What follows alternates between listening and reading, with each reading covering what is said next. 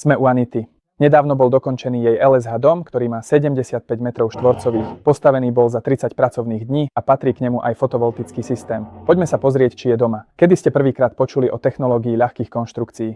Pred 10 rokmi som o technológii počula prvýkrát, vtedy sme si o tom niečo prečítali a v podstate nám bol sympatický popis systému a aj táto technológia. A kde ste sa dozvedeli o LSH Homes, kde ste nás našli? Na internete. Aké boli vaše očakávania pred kúpou? Moja jediná požiadavka bola, aby som dostala to, za čo zaplatím, v takej forme, na akej sme sa dohodli a aby to bolo prehľadné. A dostala ste to, čo ste chceli? Dostala som, áno.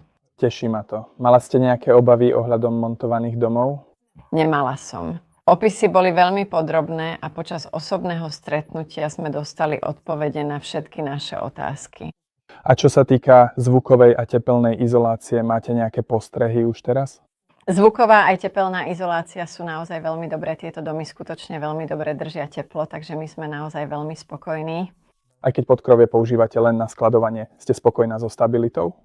Áno, som maximálne spokojná. Odporúčili by ste technológiu? Áno, každému. Mali ste počas výstavby nejaké problémy? Nemali sme. Akú spätnú väzbu by ste dali vašim priateľom a známym o nás? Z celého srdca vás vždy odporúčam úplne každému. Technológiu ľahkých konštrukcií odporúčam a LSH obzvlášť, pretože sme s vami maximálne spokojní ako po ľudskej, tak aj po odbornej stránke.